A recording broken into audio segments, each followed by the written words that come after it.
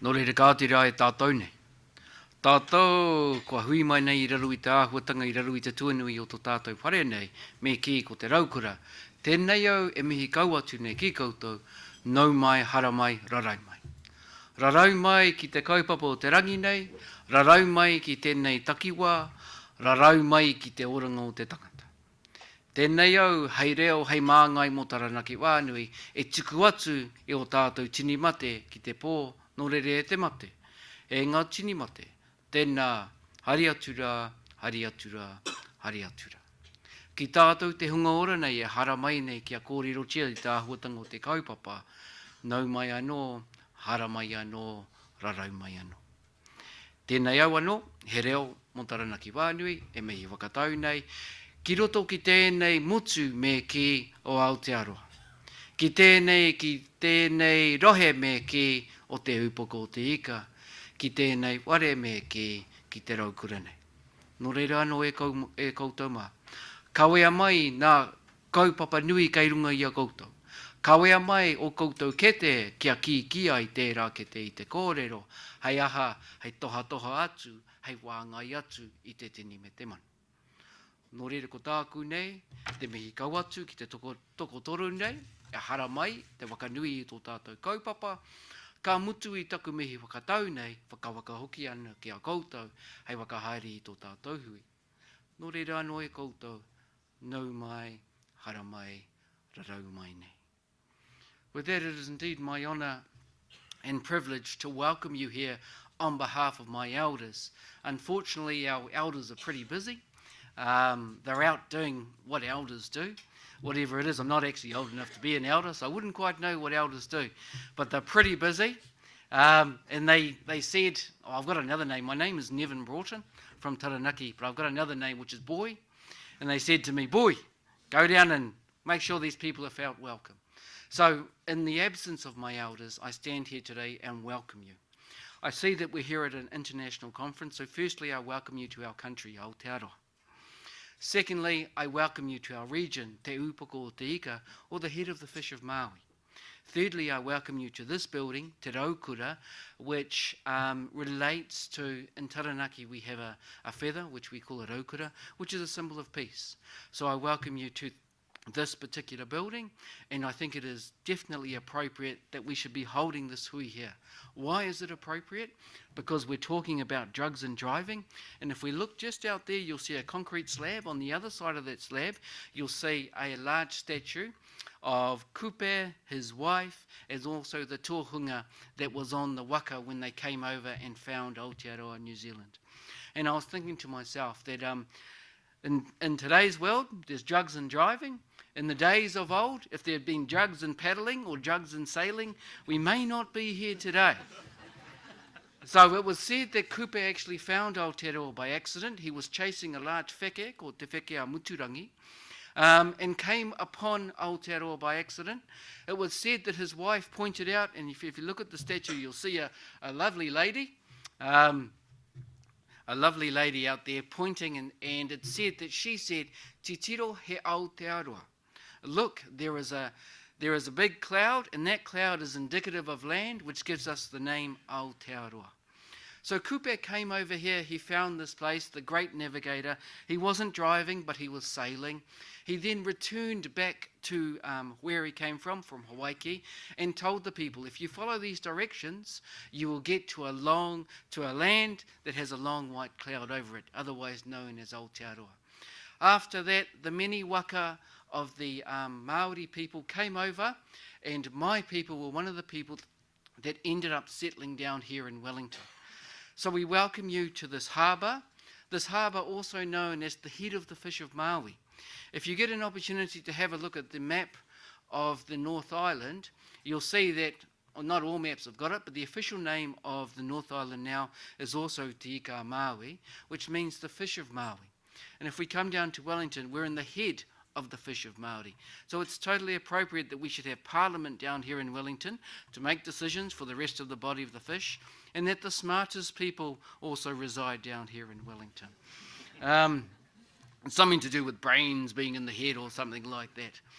And so here we are. We welcome you to the head of the fish of Maui.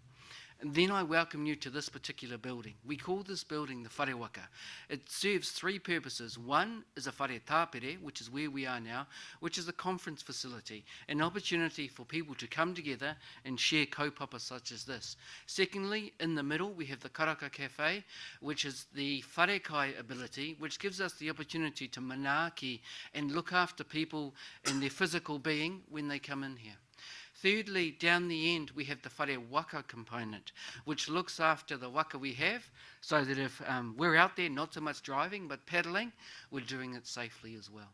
So I welcome you to this country, to this region, to this particular building, and I leave with you the words that our ancestors used for Te Raukura, which is the name of this building. Just got to figure out what those words are now.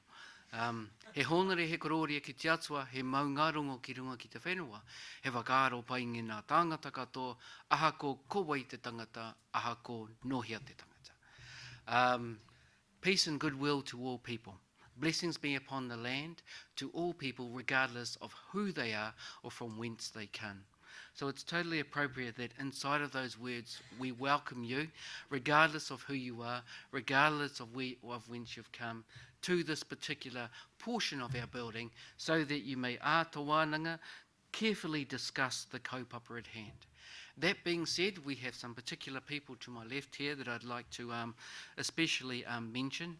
The Honourable Michael Woodhouse, the Minister of Police. We also have beside him Ross Bell, the CEO of the New Zealand Drug Foundation.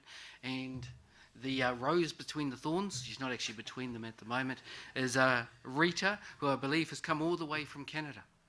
So definitely welcome you all here. Thank you for being here. On behalf of my people, in the absence of my elders, no mai, hara mai, rarau mai nei. It's appropriate then that I should sing a waiata of our people. This particular waiata harkens back to the time that our ancestors were travelling over on a waka. The name of this waka was the Aotearoa. It's said that this waka got so close to the edge of the world that it was about to fall into what we call te korokoro o parata. That is the throat of the mighty beast that swallows up the oceans. Now they were getting close to this korokoro, to this place, and the chief or the rangatira of the vessel stood up and said this karakia. We have turned this karakia or this chant incantation into a song, and we use it to alleviate heaviness or to clear the path, clear the way, so things that may become light, things may become buoyant. And we hope that just as it assisted our ancestors on making their way from Hawaii here to Aotearoa, I hope that it assists with you making your way through the wonderful program and agenda you have for the next 2 days. Nō reira anō e koutou, tēnei taku wai, hei hiki, i te wairua, i te āhuatanga o te tangata. Heke, heke, heke te ari a kina hapa ina ranga ia. Te tapu wai o taku waka nei, re uru, re a manu, re take i tu, wai ke uwai, mani ai pa eke ai, re ai tama ki tōna wenua.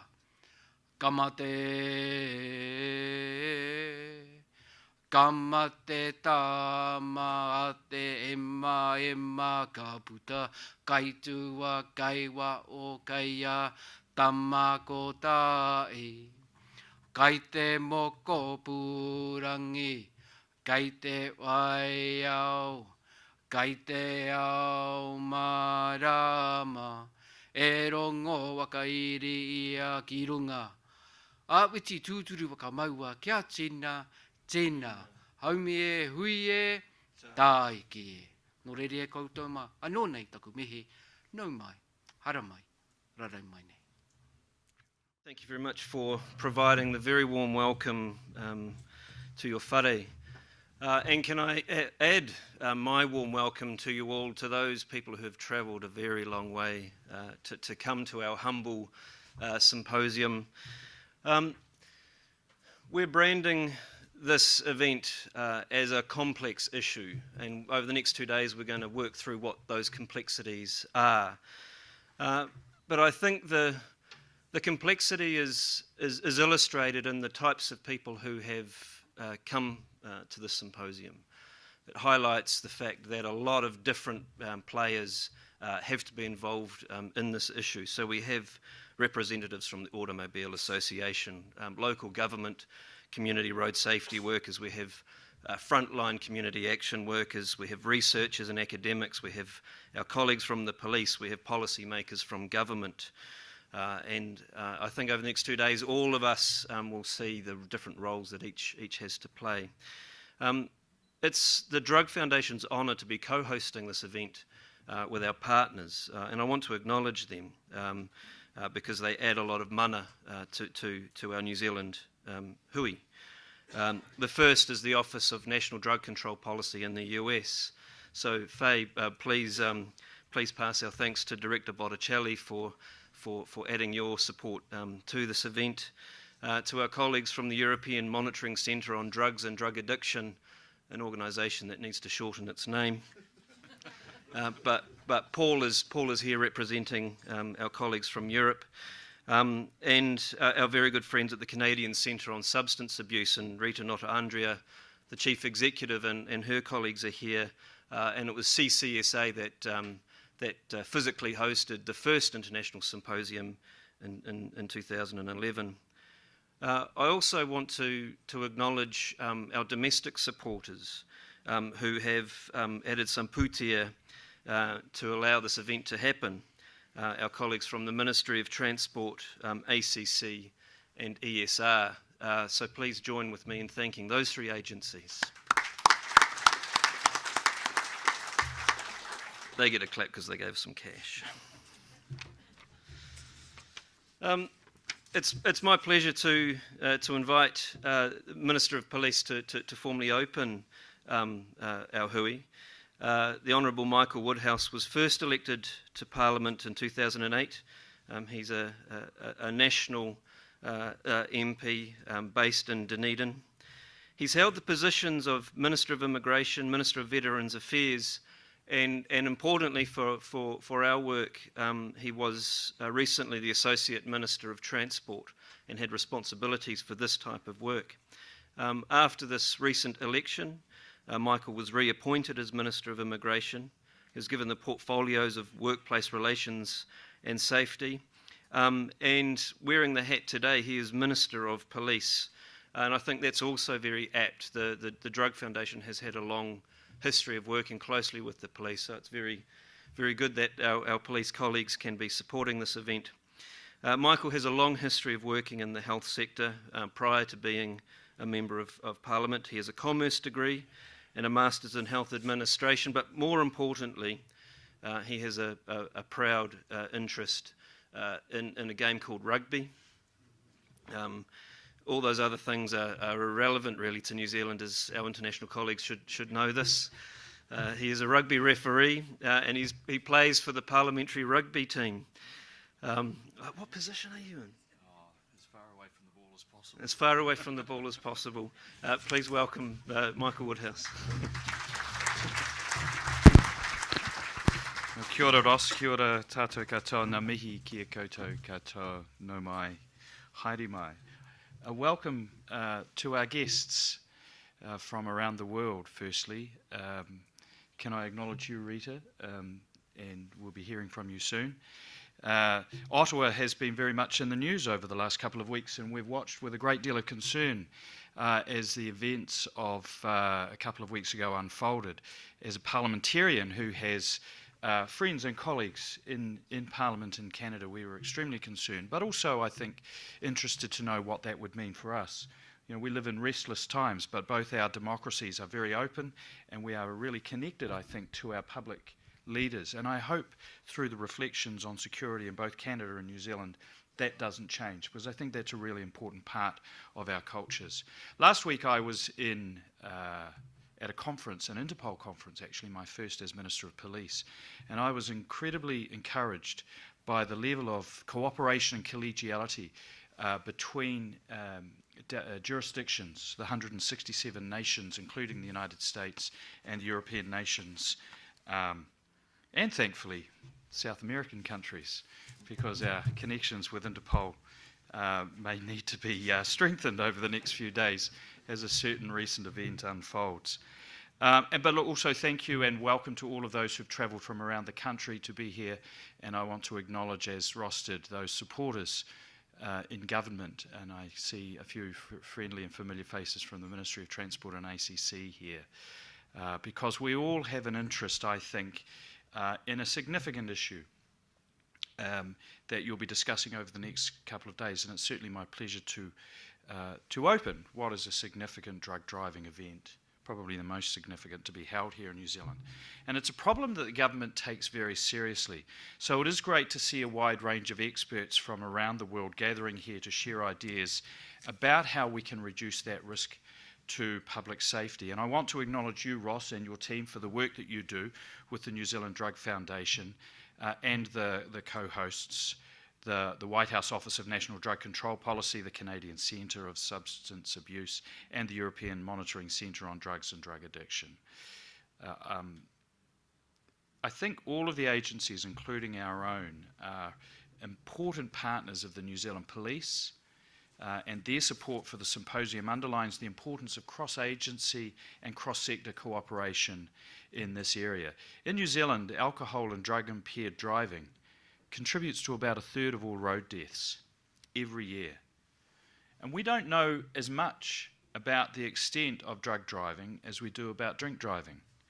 But research undertaken by ESR of drivers killed in crashes between 2004 and 2009 showed that 48% of them had used alcohol and or drugs. 30% had used cannabis with or without alcohol or other drugs. 18% had used alcohol with another drug or drugs, and 14% had used drugs other than alcohol or cannabis. So clearly, drug driving poses a significant risk to public safety. And New Zealand government's position is that drugged driving is treated as a road safety issue. That is, it's about impaired drivers rather than a drug control issue relating to the use of illegal or illicit substances. And I have to say, I was a member of the Transport and Industrial Relations Select Committee when the legislation on drugged driving was passed in 2009 or so.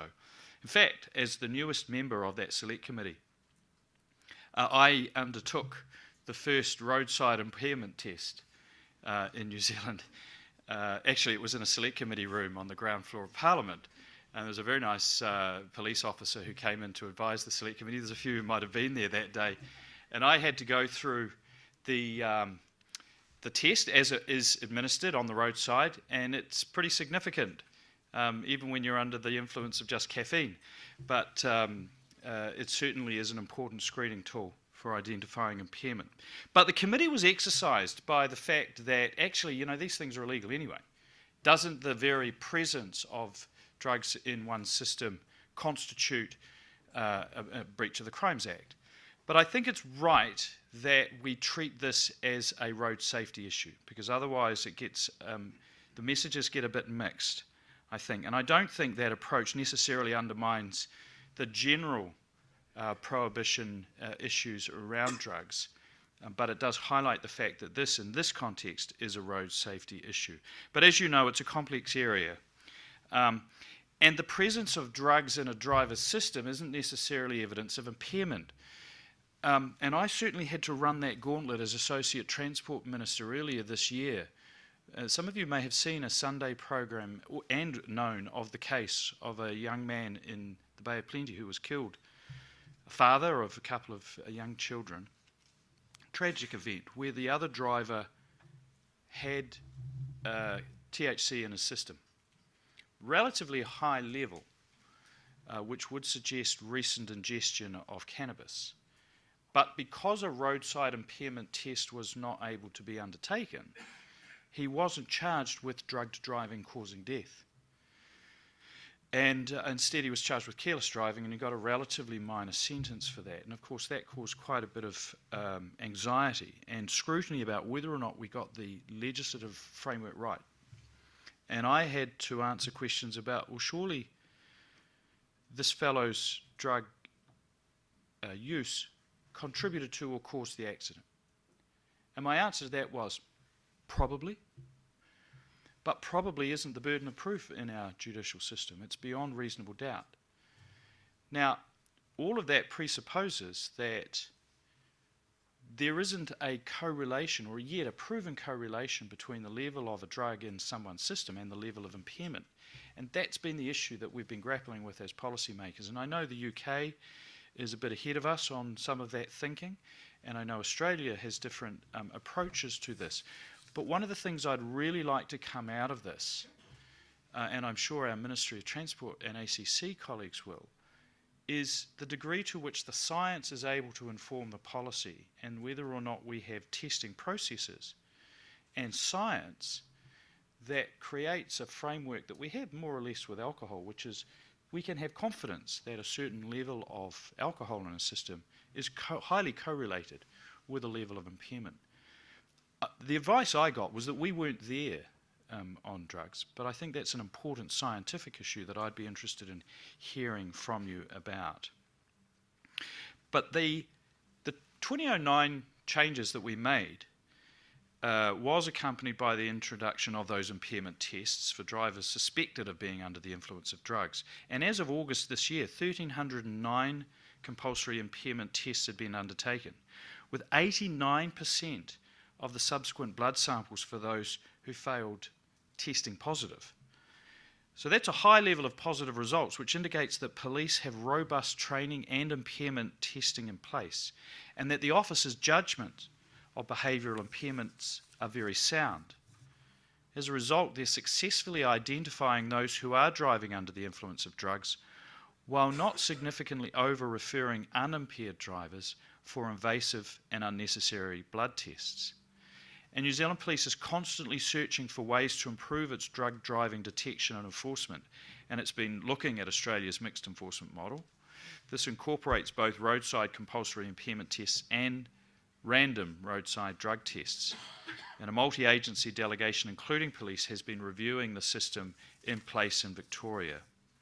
The Safer Journeys crash prevention strategy also aims to move New Zealand towards a robust, cost-effective approach to random roadside drug screening and testing as soon as that is practicable and justified. And that's really where I hope the scientists among you can help us this week and also into the future. Because I believe it's important that we continue to explore the best options to further reduce the incidence of drug-impaired driving. And police and its partner road safety agencies also recognise the importance of education in changing dangerous driver behaviour and attitudes. This is certainly something that needs to be done in terms of drug driving, with Drug Foundation research indicating that 58% of people who drive under the influence of cannabis think that it makes no difference to their driving ability. Changing incorrect and dangerous perceptions such as that will be crucial in the effort to prevent and reduce the risks from drug driving. And the New Zealand Transport Agency has been doing a lot of good work in that area in recent years. This includes long-term behavioural change advertising campaigns that highlight the dangers of driving while under the influence of drugs. I'm sure you will be aware of some of the more quirky ones that certainly raise, I think, the profile of this issue. This is presently focused on those who use cannabis, the second most common substance found in deceased drivers after alcohol, and has included the innovative use of social media to reach its target audience. We know from experience in New Zealand that it is possible to change dangerous driver behaviour and attitudes, and that it is possible to achieve that change relatively quickly. It can be done through a mix of legislation, enforcement, and education, and the standout example of this is in the area of youth drink driving. Youth drink driving charges have plummeted since the government introduced a zero alcohol limit for drivers under the age of 20 in August 2011.